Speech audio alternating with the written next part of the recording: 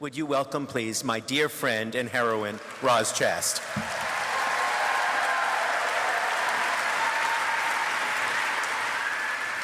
Thank you, Adam, for that extraordinary introduction. And while we were standing there on the side, I said, I love this statue. It looks like Donnie Darko. But I love Donnie Darko, so I'm going to put it down, though, because something terrible will happen, I'm sure, if I try to hold it while I talk. And please forgive me for having notes. I thought about winging it for 10 minutes, but then I watched Carrie Brownstein, and she had notes, and then I saw Zadie Smith, and she had notes, and I thought, well, if they have notes, then I can have notes.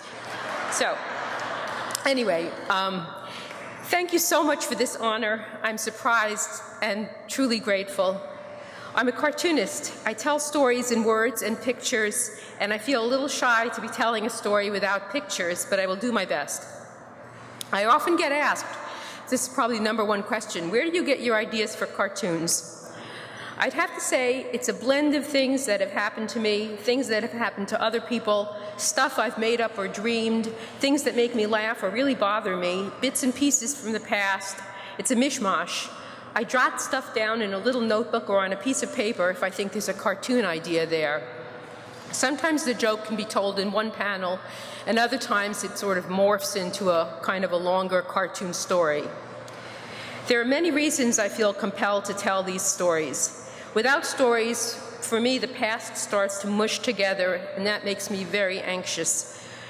Creating cartoon stories is a way for me to make sense of life, or what I like to call raw material.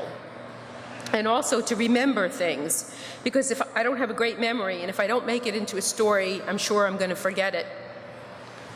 I like to read. I prefer fiction to nonfiction, but really, I'll read almost anything if I get desperate. Cereal boxes, pamphlets in doctor's offices. So, you're going to have that disgusting wart taken off your face. Those giveaway newspapers near the subway. Right now, I'm reading The Castle by Franz Kafka. There's this guy, a land surveyor, who comes to a town to meet with somebody in authority in the castle. In the first chapter, our hero is having one problem after another and trying to meet with this person. People keep giving him the runaround. It's very frustrating. Chapter 2 is just more red tape and confusion. He gets these terrible assistants that are hired for him that he doesn't really want, but he can't fire, and they just make things worse. He almost meets with the authority, but that gets called off and more ridiculous stuff happens. Finally, you get to chapter 3 and you think, well, now the real story will begin. He will get to the castle, he'll meet with the person he's supposed to meet with, and we'll get on with the show.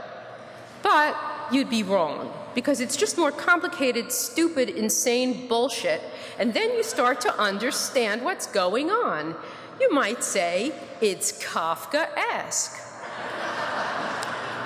I'm still in the middle, but I don't think he's ever going to get to the castle. It's a pretty grim little tale, but it's also, to me, very funny. In a weird way, it makes me feel better because I relate. Deep down, I think I've always known, you're never going to get to the castle, and who even remembers who you were supposed to meet or why?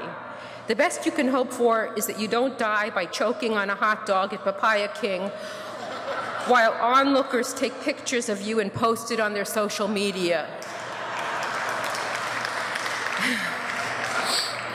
My deep-seated pessimism doesn't come from nowhere. I was brought up by two people who were chronic worriers, people who believed that you could get a cold in your kidneys from sitting on the ground. And this cold would probably kill you. This happened to my mother's best friend. They knew people who were killed by falling flower pots, got hit in the head with a baseball and died, almost hemorrhaged from playing the oboe. Stuck a fork in a socket and got electrocuted but didn't die, almost lost their sight from using mascara that had germs in it, got gangrene, got diphtheria. I still remember when I was a kid, my mother told me that she got diphtheria, and she said, and it was like a web that grew across my throat.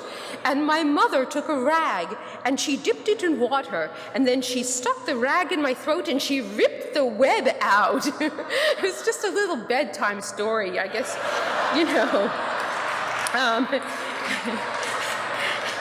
They got jaundice. They lost all the synovial fluid in their joints. I think I was the only kid in 3rd grade who knew what synovial fluid was. They went to the hospital, and when they opened them up, they were full of cancer. They bent down to get something and had their retina detached. They broke their metatarsals. They had glandular conditions. Chances are very good that they also knew at least one person who had erethism, also known as Mad Hatter syndrome, a disease caused by not lead, but the chronic inhalation of mercury fumes, which were used in hat making in the olden days, which caused all sorts of awful things like muscle weakness, chronic dizziness, and delirium. And also, this was a symptom listed in Wikipedia, shyness. So next time you feel shy, you know, you might just have Mad Hatter's disease. And those were just the disease-related problems that my parents worried about. I grew up in Brooklyn in the 60s and 70s when New York was pretty much crime city. Everyone had had their pocket picked or got held up at knife point or gunpoint or had their apartment robbed or worse. My parents were very aware of this, of course. In the same way that they trained me to worry about diseases, they trained me to be wary of strangers, to be street smart, because as much as they would have liked to, I could not be kept in the apartment forever.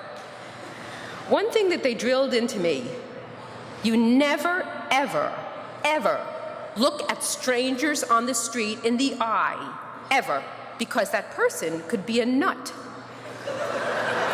In fact, they probably were a nut. And looking a nut in the eye, that just sets them off. You're asking for it. At the same time, you're not living in a cornfield in Nebraska, so you need to pay attention very carefully to what's around you. Anyway, I still don't like to look directly at strangers on the street. My husband is from the Midwest, and he finds this attitude comical.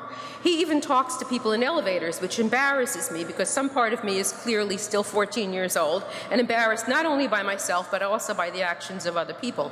He looks at everybody in the eye. I don't. I look around, I look at people, no sustained looks. I look at the sidewalk, I look at standpipes. No direct eye contact. Because of this habit, sometimes I look down and I find things on the sidewalk. One time, I found $80. Anyway, one day, a few years ago, when my daughter was attending SVA, the School of Visual Arts, I was going to meet her for dinner. I was early and I was walking around downtown. It was a beautiful night, perfect temperature. It was one of those magical long evenings in New York where everyone seems to be out and in a good mood. It was around 6 o'clock, people leaving work, students leaving class, tourists dragging suitcases. The sidewalk was crowded. I was doing my usual looking and looking away, and suddenly I saw an object on the sidewalk. Looked interesting. I got closer. It was a chef's knife, about so big, brand new. It was sheathed in white cardboard. Someone must have just bought it and dropped it. Maybe it fell out of their bag. It wasn't at all dirty. It wasn't some fancy brand name, but it was new and it looked like a good knife. And I picked it up and I put it in my bag. You know. I walked around some more, just enjoying the evening until it was time to meet my daughter for dinner. We went to an Italian place downtown. It was great. The food was wonderful. We shared a bottle of wine. We relaxed. We yacked for a long time. When it was over, we walked around some more. I was thinking how lucky I was to have a kid that I not only loved because they were my kid, but I also really just liked as a person. Suddenly, I had this brainstorm. I guess I didn't want to say goodbye just yet. I thought it might be fun if we went full tourist and went to the top of the Empire State Building. I hadn't been there in at least 30 years, maybe 40, and she'd never been. We agreed. It was a plan. We walked up to 34th Street. We went into the building, into that cool Art Deco lobby. The line wasn't bad. we had to go through security. It was kind of like the airport. That was new. Put my bag on the belt so it could get x-rayed, and suddenly there were all these guards standing around my bag. One of them asked me, "Ma'am, do you have a knife in your bag?" And I went into a little song and dance about my miniature, teeny tiny Swiss Army knife that fits on my keychain, thinking, ha ha ha, that's funny. And suddenly he pulls out the chef's knife and he says, "No, this knife here." And for a second I was kind of quiet. You know, when you're kind of like, oh right, yeah, that knife. Because I completely forgot about that. And I'm like rewinding this whole thing and how lame this whole story is going to sound. And I just started just blabbing away about, you know, meeting my daughter for dinner, and we shared a bottle of wine, and it was a nice night. And, you know, I saw the knife on the sidewalk, and I picked it up and put it in my bag. Ha ha ha, you know, did you ever? And, you know, they're kind of giving me, like, just trying to figure, am I a nut?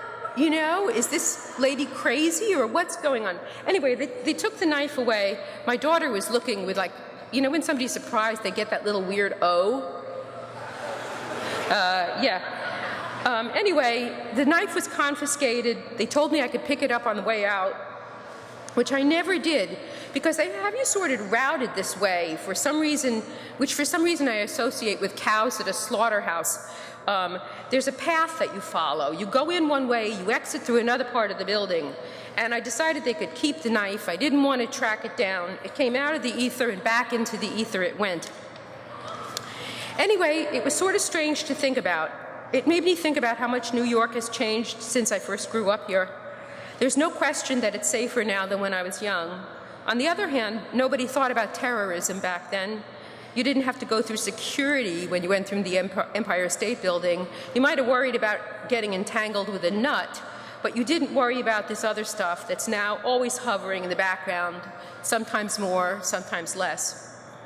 On the other hand, I don't really worry about it that much, because if I did, I wouldn't be able to live in this city, which still feels more like home to me than any other place. And I'm clearly good at compartmentalizing. So thank you for this award.